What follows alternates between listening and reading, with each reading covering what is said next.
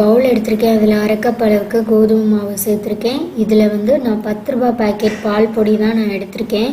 இந்த மாதிரி நெஸ்லேயோட everyday milk powder வந்து 10 ரூபா பேக்கெட் வந்து நான் 2 எடுத்திருக்கேன். இது எல்லா மளிகை கடையிலையுமே கிடைக்கும். 10 ரூபா பேக்கெட் 2 சேர்த்தாலே போதும், நமக்கு கரெக்டாக இருக்கும். நீங்கள் லூஸில் எடுத்தீங்கன்னா மில்க் பவுடர் வந்து 1/4 கப் போல் சேர்த்துக்கோங்க. நான் 2 பேக்கெட் மில்க் பவுடர் சேர்த்துருக்கேன். இதில் 1 பிஞ்ச் அளவுக்கு உப்பு சேர்த்துருக்கேன். சேர்த்துட்டு இதில் 2 பிஞ்ச் பேக்கிங் சோடா சேர்க்கணும். 2 பிஞ்ச் சேர்த்தா தான் நமக்கு நல்லா உப்பி வரும். இப்போ இதில் 1 டேபிள் ஸ்பூன் அளவுக்கு நெய் வந்து சேர்க்கணும். நெய் சேர்த்துட்டு இதை நல்லா வந்து கலந்துடணும்.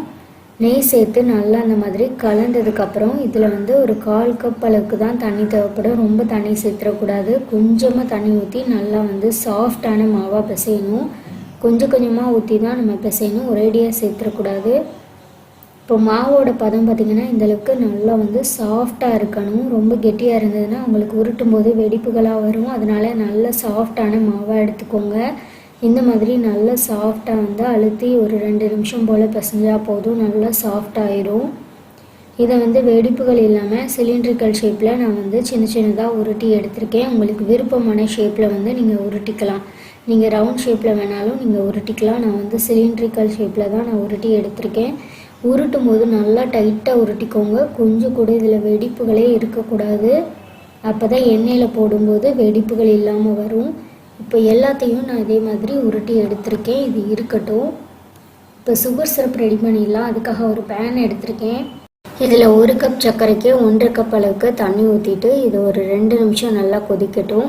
இப்போ சர்க்கரை நல்லா கரைஞ்சால் போதும். இப்போ ஸ்டவ் ஆஃப் பண்ணிவிட்டு இதை இறக்கிடலாம். இது இருக்கட்டும். இப்போ குலாப் ஜாமுன் எல்லாத்தையும் நம்ம எண்ணெயில் பொரித்து எடுத்துடலாம். இப்போ எண்ணெய் நல்லா சூடானதோ லோ ஃப்ளேமுக்கு மாற்றிட்டு தான் நம்ம எல்லாத்தையும் போட்டு பொரிக்கணும். ஹை ஃப்ளேமில் வச்சோம்னா கலர் மாறிடும், உள்ளே குக் ஆகாது. அதனால் லோ ஃப்ளேமில் வச்சு நல்லா பொன்னிறமானதுக்கப்புறம் தான் எடுக்கணும். நல்லா திருப்பி விட்டுட்டே இருந்தோம்னா எல்லா பக்கமும் ஒரே கலரில் நல்லா பொன்னிறமாக கிடைக்கும். இப்போ இந்த மாதிரி நல்ல கோல்டன் கலர் ஆனதும் நம்ம இதை எடுத்து வச்சிடலாம். இதே மாதிரி மீதி இருக்கிற எல்லாத்தையுமே ரெடி பண்ணிவிட்டு நம்ம சுகர் சிரப்பில் இதை உடனே சேர்த்துடணும். இப்போ எல்லாத்தையும் பொரித்து எடுத்ததுக்கப்புறம் ஒரே மாதிரி தான் நம்ம சேர்க்கணும். அப்போ தான் எல்லாமே ஒரே மாதிரி நல்லா சுகர் சிரப்பில் இறங்கும். இப்போ சுகர் சிரப்பில் இந்த குலாப் ஜாமுன் எல்லாத்தையும் சேர்த்துட்டு ஸ்டவ் ஆன் பண்ணிவிட்டு இதை ஒரு 2 நிமிஷம் கொதிக்க விடணும். ஒரு 2 நிமிஷம் சுகர் சிரப்பில் நம்ம கொதிக்க விட்டோம்னா சுகர் சிரப் நல்லா இறங்கிடும், உள்ள நல்லா ஜூஸியாக இருக்கும். இப்போ நல்லா உப்பி வந்திருக்கு. இப்போ ஸ்டவ் ஆஃப் பண்ணிடலாம்.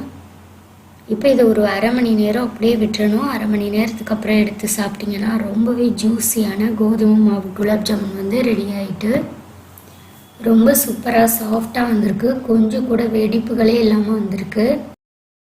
குலாப் ஜாமுன் மிக்ஸ் இல்லாமல் கோதுமை மாவு வச்சு நாமளே சிம்பிளாக ரெடி பண்ணிடலாம். நம்ம அரை கப் கோதுமை மாவு தான் சேர்த்துருக்கோம். நமக்கு இவ்வளோ குலாப் ஜாமுன் கிடச்சிருக்கு.